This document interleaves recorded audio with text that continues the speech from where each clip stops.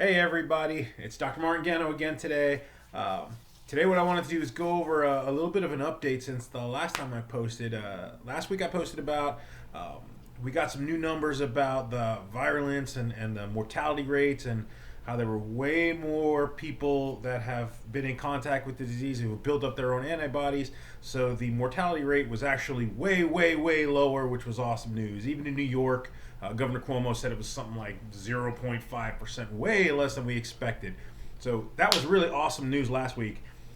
This week, we actually had some states starting to open back up, which I'm going to tell you, I'm in Florida, I'm in Melbourne, Florida. Opening back up, we need to be doing that just because we need to get out there and get our lives back in line. These numbers have been showing such favorable results that it's time to get our lives back in order. And truth be told, anybody who lives where I live, if you're looking around, the only thing that's not open are the businesses. People are out everywhere. There's people walking, there's people jogging, there's people going to the beach, there's people in stores. So we need to get our lives back in line. However, so with all that going on, what you are going to see is the media backlash. They're going to say, oh, Georgia opened up, and because of that, there's a new spike, and now we're in danger, and the second wave, and all that kind of nonsense that you're going to hear. You guys, we got to be careful what the media is telling us. You got to just take it with a grain of salt. There's certain things that we could take, but they're going to spin it in a way that is favorable to scaring the crap out of you. That's the job. Scare the crap out of you, keep you begging for the miracle cure that's going to come in the form of some kind of shot for us all. So I pulled up some news reports here that just came in from today. Today's the 28th of April. So this one, U.S. News and World Report. Just today, they said U.S. coronaviruses top 1 million. Oh my God, we're getting up there in the numbers.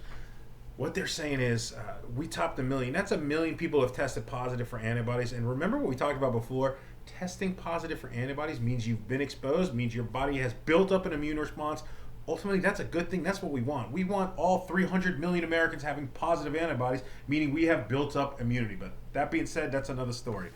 The news report says on Tuesday, the U.S. topped 1 million cases of coronavirus, reporting nearly a third of the worldwide infections. That sounds scary.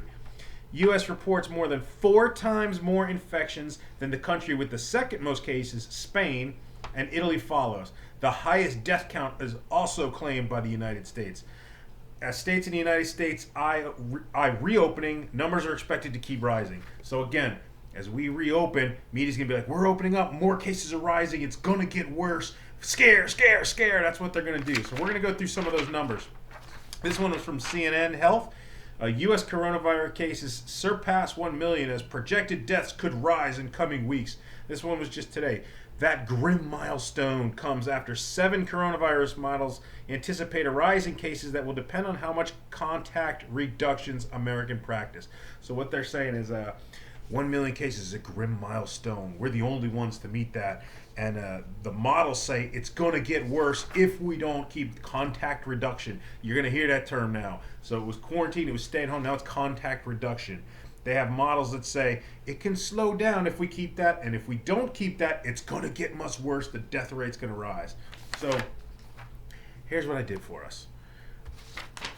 I made a chart. I like making charts. So what they're saying here is the United States reached 1 million. We're 4 times more infections than the country with the second most cases, Spain. The United States has 331 million people in it. Spain has 46 million people in it. The United States has 700% more people than Spain. They're saying we have 4 times more infections per person, per capita. We have 700% more people.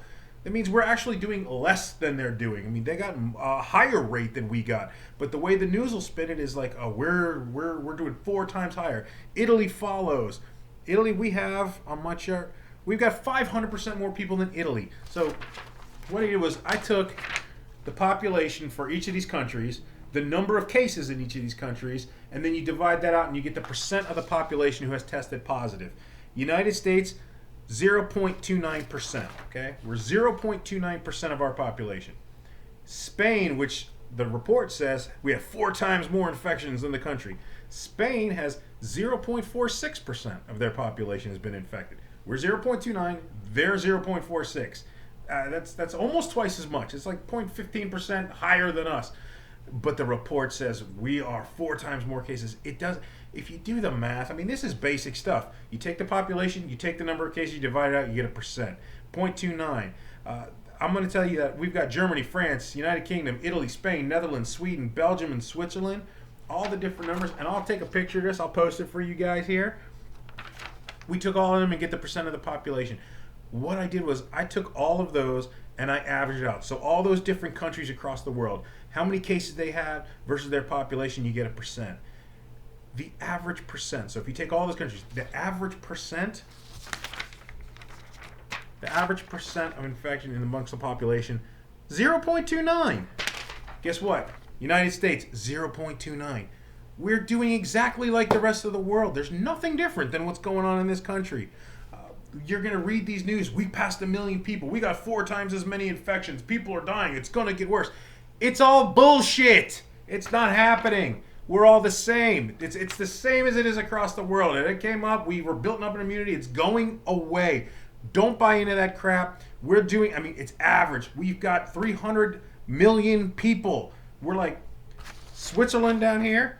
We have 4,000% as many people as Switzerland. We are a big country. We got a lot of people. We're going to get a lot of numbers. It doesn't mean shit. We're doing fine. Percent of the population affected, it's exactly what the average is across all those different countries. Some are a little more, some are a little less. The average is the average. Take those numbers. That's what you need to worry about. Don't worry about the total numbers and stop watching the news. Get back to life. If you live in a place where things are fine, where things are good, we got sunshine, we need to open back up. We got people who are suffering. We got people who need to get back to work to feed their families. If you live in a population that's really just densely populated and there's a lot of sick people and there's a lot of stuff going on, okay, take precautions, but time to get back in line, time to get our stuff back together. The numbers are showing, I keep giving you numbers, the numbers are showing it's just favorable. Flatten the curve, is done. Let's get back to work. But I'm here for questions. I'm here for comments. Please, if you disagree with what I'm saying and you want to have an intelligent point, I'd love to hear it. I'd love to see what you have to say. I'd love to talk back and forth. I'll go email, I'll go private message, whatever you guys want to do. But I love giving you the numbers because the numbers are the numbers. And when you read them properly, they'll tell you what's going on. If you watch the news, they're just going to scare you. So have a great night. Enjoy. We'll see you guys next time.